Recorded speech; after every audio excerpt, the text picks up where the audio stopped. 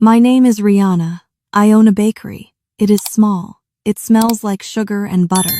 The warm smell fills the air every day. People come here and smile. They buy bread and cakes. They say nice things to me. But something is wrong inside me. My kidneys are broken. They do not work anymore. I go to the hospital 3 times every week. The doctors put me on a machine. The machine cleans my blood. I am dying, but nobody knows this secret. My bakery sits on a quiet street. The walls are white and yellow. There are small round tables near the window. I like to watch the sunrise here. This place is my home.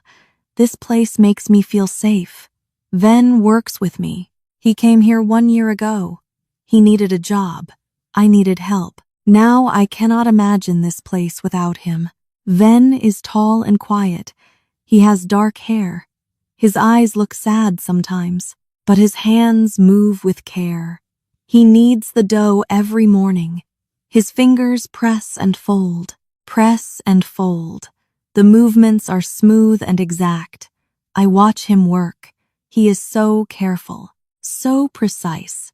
This is not normal for a baker. I know why. Ven was an architect before. He designed big buildings in the city. But something happened. He got tired. He got sad. He ran away from that life. Now he makes bread with me. Last week, our shelf broke. The wood was old. Ven fixed it in 1 hour. He measured everything. He cut the wood perfectly. He made it strong and beautiful. I saw his old skills come back. He smiled when he finished. I smiled too. We drink coffee together every morning. We sit by the window. We do not talk much, but the silence feels good.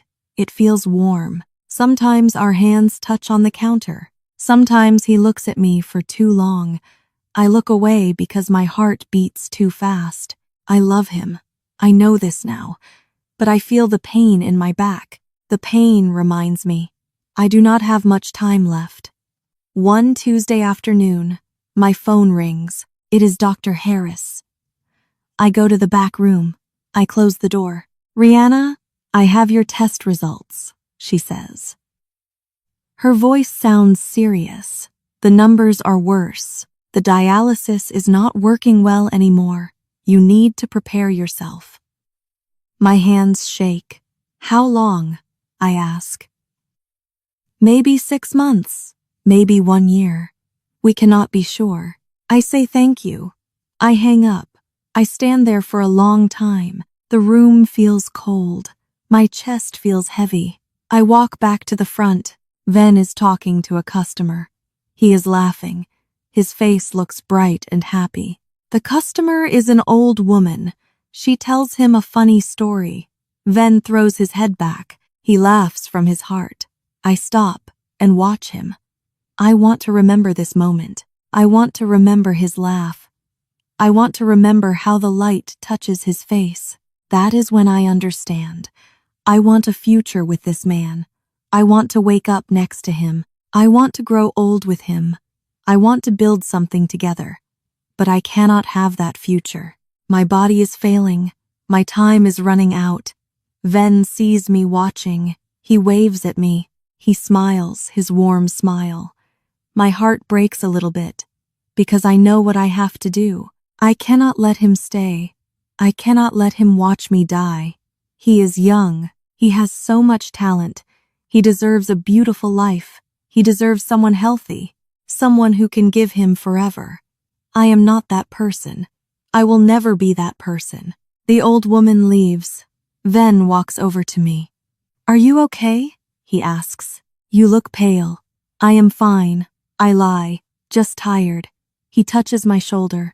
His hand feels warm. Go rest. I can close the shop today. I nod. I walk upstairs to my apartment. I sit on my bed. I look at the ceiling. The pain in my back gets stronger. My body reminds me again. I am running out of time, and Ven cannot know. He can never know.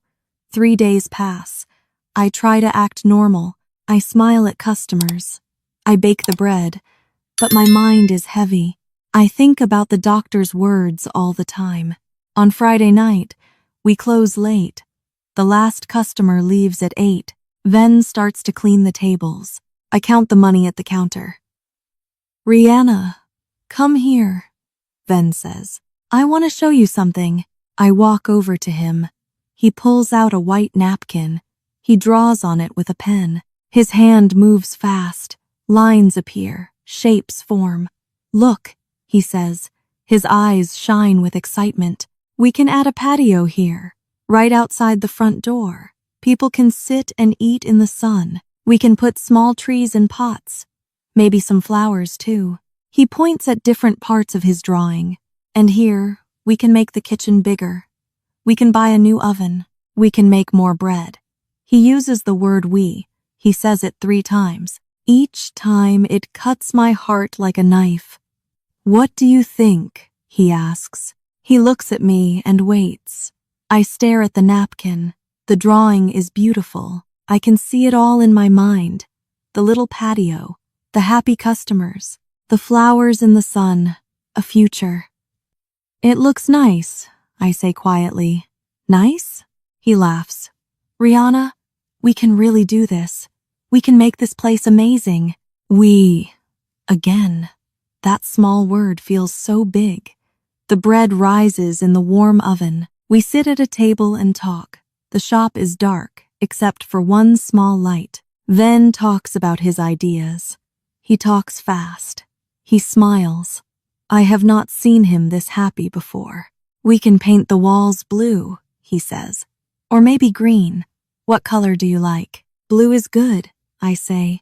I let myself dream for a moment. I imagine us painting together. I imagine the patio full of people. I imagine growing old here with him. But then the pain in my back returns. It pulls me back to the truth. Why did you leave architecture? I ask him. I need to change the subject. I need to stop dreaming. His smile fades a little. He looks down at his hands. The city was too much, he says. Too many people, too much noise, too much pressure. I worked 16 hours every day. I never slept. I never felt happy. One day, I just stopped. I could not do it anymore. He lifts his eyes to meet mine. Then I came here. I found this place. I found you. Everything became quiet. Everything became simple.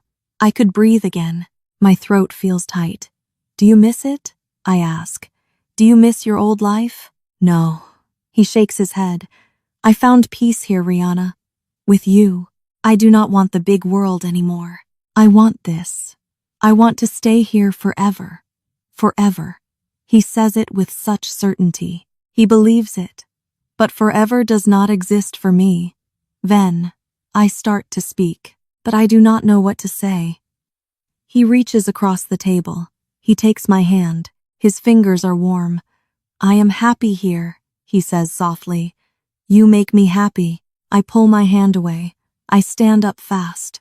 The bread is ready, I say. We should check it. The next morning, we get a delivery. Big sacks of flour arrive, 20 of them. I sign the paper.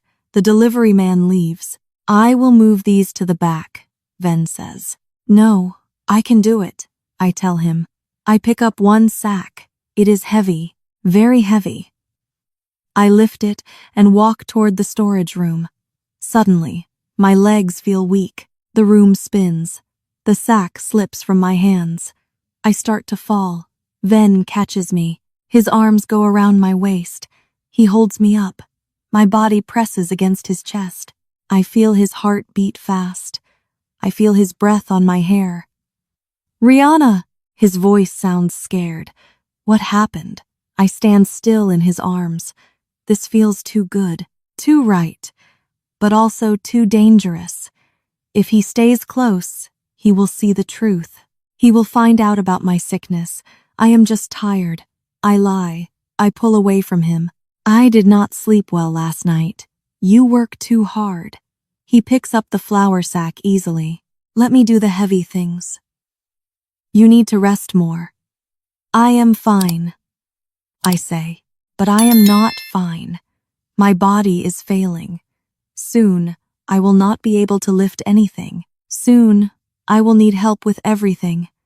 I watch Ven carry the flour sacks one by one. He is strong. He is healthy. He has his whole life ahead of him. And then I understand clearly. If he stays with me, he will become my nurse, not my partner, not my husband. He will watch me get weaker every day. He will see me suffer. He will hold my hand when I die. Then he will be alone, a widower at 40 years old. I cannot let that happen. I cannot destroy his life like that. He deserves more. He deserves a woman who can give him children, a woman who can grow old with him, a woman who will not leave him sad and broken. I am not that woman. I will never be. I have to push him away. I have to make him leave, even if it breaks both our hearts. On Monday morning, I arrive early at the bakery. Ven is not here yet. I start to prepare the ovens. I need to find the order book. I look under the counter. I find old papers and boxes. Then I see something else. Magazines, architecture magazines. I pull them out. The covers show beautiful buildings, tall towers, modern houses, museums. I open one magazine. Someone drew lines on the pages, notes in the margins. The handwriting is Ven's. I find more magazines under the counter. 10 of them, maybe 15, all hidden away. I sit on the floor and look through them, page after page of buildings, page after page of dreams. In one magazine, I find loose papers, sketches, Ven's sketches. They are beautiful. A concert hall, a library, a bridge. Each drawing is perfect. Each line is exact. I hold the papers in my hands. My chest feels heavy.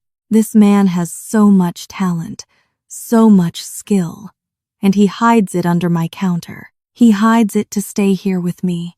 He hides his light to live in my darkness. I hear the door open. Ven walks in. He sees me on the floor. He sees the magazines in my hands. "Oh," he says. His face turns red. "Those are old. I should throw them away. Why do you keep them?" I ask. He looks away. I do not know. Habit, I guess. But I know the truth. He keeps them because they are part of him. He misses that world. He just will not admit it. I stand up. I put the magazines back under the counter. My mind is clear now. I know what I have to do. I have to break his heart to save his future. That week, I change. I stop smiling at him. I stop drinking coffee with him in the morning. When he talks to me, I give short answers. On Wednesday, Ven decorates a cake. He puts white icing on top. He makes small flowers with pink icing. The flowers are a bit crooked, but they look sweet. "What do you think?" he asks me. He sounds proud. I look at the cake. I keep my face cold. "The flowers are crooked," I say. "Look at them. They are not straight." "I thought they looked okay," he says quietly. "You are an architect, Ven. Can you not see it? The lines are wrong. Do it again." The words hurt him. I see it in his eyes. But I do not take the words back. He stares at me for a long moment. Then he nods. He starts to scrape off the icing. His hands shake a little. I turn away. I cannot watch his face. Guilt sits heavy in my stomach, but I cannot stop now. Over the next few days, I find more things to criticize. The bread is too dark. The counter is not clean enough. He works too slowly. Ven tries harder. He comes to work earlier. He stays later. He asks me what I want. I give him impossible answers. At night, I lie in bed and hate myself, but I do not change my plan. On Friday night, after Ven leaves, I go back to the counter. I take out his magazines and sketches. I spread them on a table. I turn on my computer. I search for his name online. I find his old website. There are photos of buildings he designed. There are articles about his work. He was famous once. People respected him. I copy everything. I save all the photos. I save all his sketches. Then I write a letter. I pretend to be an old client. I write about how talented Ven is. I write about his brilliant mind. I write about how any company would be lucky to have him.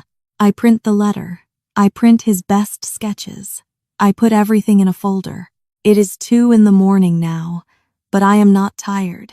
I pick up my phone. I call my friend Marcus. He lives in New York. He works for a big architecture firm. Marcus, I say, when he answers. I need your help. Rihanna? It is 2 a.m. His voice sounds sleepy. I know. I am sorry, but this is important. I tell him about Ven. I tell him about the sketches. I do not tell him about my sickness. I do not tell him about my real plan. Can you send his portfolio to your company? I ask. Can you tell them to look at him? Marcus is quiet for a moment. Is he good? He asks. He is brilliant, I say. And I mean it. Okay, send me everything. I will talk to my boss on Monday. Thank you, I whisper. Thank you so much. I hang up. I sit in the dark bakery. The smell of old bread fills the air. I look at Ven's sketches spread across the table. Fly away, I whisper to the empty room. Fly away from me. Tomorrow, I will be even colder to him. Tomorrow, I will push him further away. It will hurt, but it is the only way to save him. I am dying, but he does not have to die with me. 2 weeks pass. Ven becomes quiet. He does not smile anymore, but he still comes to work every day. He still tries his best. I need to push harder. I need him to leave. On Tuesday, a young man walks into the bakery. His name is David. He is my neighbor's son. He needs money for college. I ask him to help me for 1 day. Just do what I tell you, I say. I will pay you well. David agrees. He does not know my real plan. That morning, I teach David how to make simple rolls. He is not good at it. His hands are clumsy.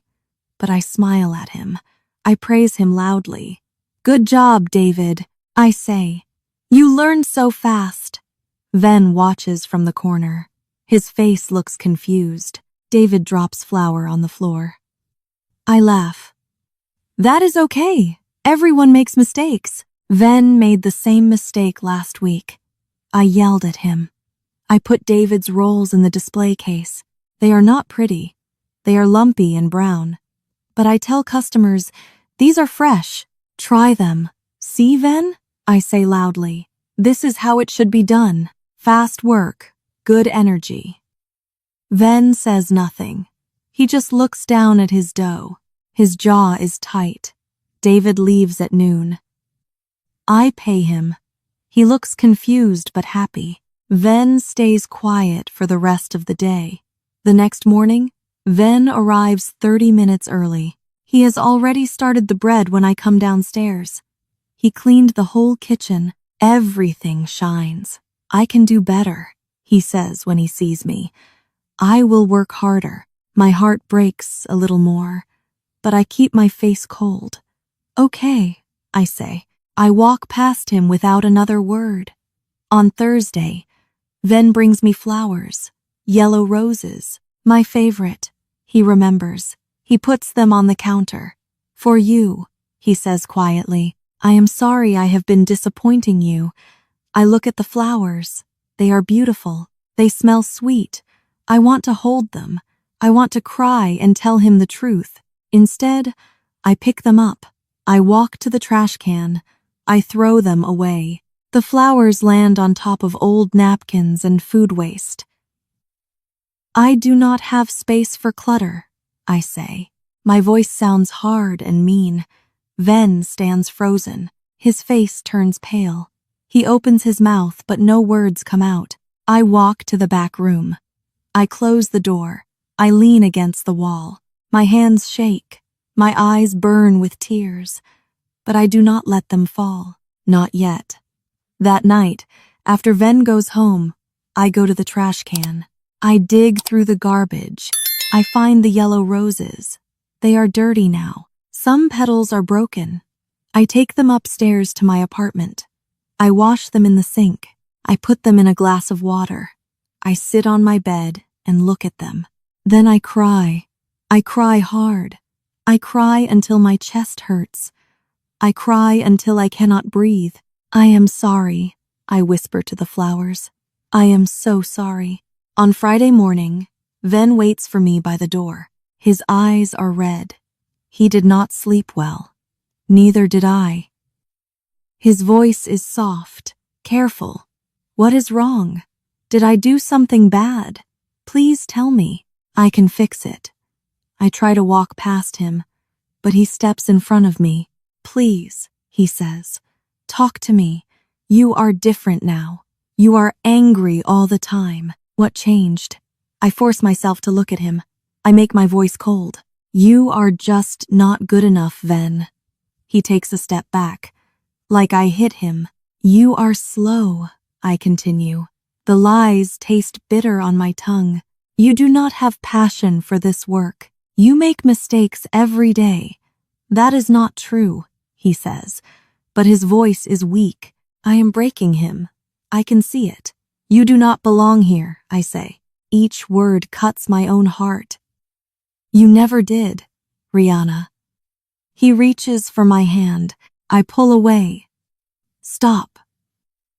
I walk past him into the kitchen. I hear him stand there for a long time. Then I hear him start to work. He does not speak to me for the rest of the day. The silence is terrible. It fills the whole bakery. It suffocates me. But I cannot stop now. I am almost done. Soon he will hate me enough to leave. Soon he will go back to his real life, his real future. My phone buzzes. A text from Marcus. Good news. My company wants to interview Ven. They love his work. They want him to fly to New York next month. I type back. Thank you. I look through the kitchen window. Ven kneads bread with slow, sad movements. His shoulders are bent. His eyes stare at nothing. One more push. One more cruel moment. Then he will be free. And I will be alone, like I deserve. Saturday morning comes. The bakery is full of people. Customers stand in line. They wait for bread and coffee. The shop is loud with voices. I work at the register. Ven works in the back. He brings out fresh trays of pastries. His face looks tired. His eyes look empty. A woman orders 6 croissants. Ven puts them in a box. He carries the box to the counter, but his hands shake. The box slips. It falls to the floor. The croissants scatter everywhere. They roll under tables. People turn to look. Some people laugh. Some people gasp. Ven drops to his knees. He tries to pick them up. His face turns red. I am sorry, he says. I am so sorry. Something breaks inside me. This is the moment. This is when I end it. Stop, I yell. My voice cuts through the noise. Everyone goes quiet. Everyone stares at me. Ven looks up from the floor. His eyes are wide, confused. I cannot do this anymore, I shout. I make my voice loud, angry. I make sure everyone hears. You are ruining my business. Rihanna? He starts. No, I cut him off. Every day, you make mistakes. Every day, you disappoint me. I am tired of it. Customers watch us. Some of them look uncomfortable. Some of them whisper to each other, but I do not stop. I need them all to see this. I need Ven to feel humiliated. I need him to hate me. You are fired, I say. Each word comes out hard and cold. Get out. You do not belong here. You never did. The shop is completely silent now. Ven stands up slowly. Croissants are still on the floor around his feet. His face has no color. His hands hang at his sides. Was it all a lie? He asks. His voice is so quiet, so broken. Everything between us. Was it fake? I want to scream. I want to tell him the truth. I want to fall into his arms and cry. But I cannot. I will not. I look straight into his eyes. Yes, I say. It was just a job. Nothing more. Now go. Ven stares at me for a long moment. I see his heart break. I see it happen right in front of me. His eyes fill with tears, but he does not let them fall.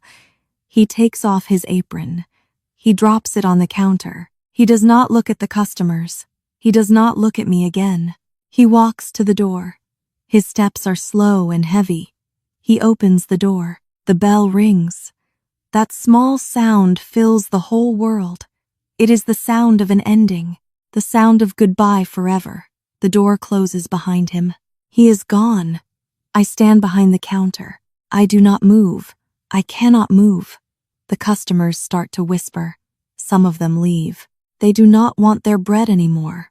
I am sorry. I say to the remaining people, we are closed now. Please leave. But it is only noon, someone says. We are closed. I say louder. Please go. They all leave, one by one. The bell rings again and again. Finally, the shop is empty. I lock the door. I turn the sign to closed. Then I walk to the spot where Ven always stood. The spot where he kneaded bread every morning. The spot where he laughed and worked and lived. I sink to the floor. My legs cannot hold me anymore. I sit where he used to stand. The floor is cold and hard. Then I cry. I cry like I have never cried before. I cry so hard my whole body shakes. I cry until no more tears come out. I cry until I am empty. I am sorry, I say to the empty bakery. I am so sorry, Ven. The afternoon sun comes through the windows. Hours pass. I do not move. Finally, I stand up. My body aches. My eyes burn. But I have one more thing to do. I go upstairs to my apartment. I find the folder with Ven's portfolio. I find the letter from Marcus's company. They want to interview Ven. They want him to come to New York. I write Ven's address on a big envelope. I put everything inside. The portfolio, the interview invitation, a note from me. The note is short. They want to meet you. Go. This is your chance. I do not sign my name. He will know it is from me. I walk to the post office. It is almost closing time. I hand the envelope to the clerk. Please send this fast, I say. It is important. The clerk takes it. She puts a stamp on it. The envelope disappears into her bag. It is done. Fly, Ven, I whisper. Fly away from me. I walk back to the bakery. The streets are empty now. The sky turns pink and orange. The day is ending. I climb the stairs to my apartment. I lie down on my bed. I stare at the ceiling. The yellow roses are still in the glass. They are dying now, brown at the edges, just like me. 6 months after that terrible day, I stopped going to the hospital. My body was too weak. The doctors could not help me anymore. My sister stayed with me. She held my hand every day. She asked about Ven many times, but I never told her everything. I died on a Tuesday morning in spring. The sun was shining. I was not afraid, but I thought about Ven until the end. 2 years pass. Ven sits in a glass office high above the city. His desk shows building designs. His phone rings all day. He is successful now. He is famous. But he never forgot Rihanna. He hated her at first. Then the hate became something else. It became missing her. It became questions. Why did she change? Why did she push him away? He decides to go back. He needs to see her. He needs to understand. He drives to the small town. He walks to the bakery. But the sign is different now. It says Sweet Corner Bakery. A young woman stands inside. Can I help you? She asks. I am looking for Rihanna, Ven says. She passed away. Almost 2 years ago. The world stops. Ven cannot breathe. What? I am sorry. Did you know her? Ven nods. He cannot speak. The woman gives him an address. Her sister lives here. Maybe she can help you. Ven drives to a small house. He knocks on the door. A woman opens it. She has Rihanna's eyes. My name is Ven, he says. I worked for Rihanna. Ven! The woman pulls him inside. She left something for you. She brings him a small box. Ven opens it. Inside are his old sketches, his recommendation letter, all the papers Rihanna sent to the company. At the bottom is one more letter. His name is on the front. He opens it. He reads, I did not fire you because you were bad. I fired you because you were too good to watch me die. My kidneys were failing. I was dying. I had 6 months left. You wanted to stay forever, but I could not let you waste your life. I could not let you watch me suffer. So I broke my own heart to save your future. I pushed you away so you could fly. Please live a beautiful life. Please be happy.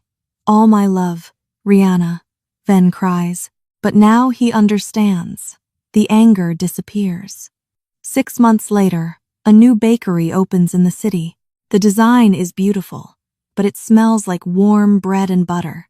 The sign says the architect's baker. Ven designed every corner, but the recipes are Rihanna's. The bread is hers.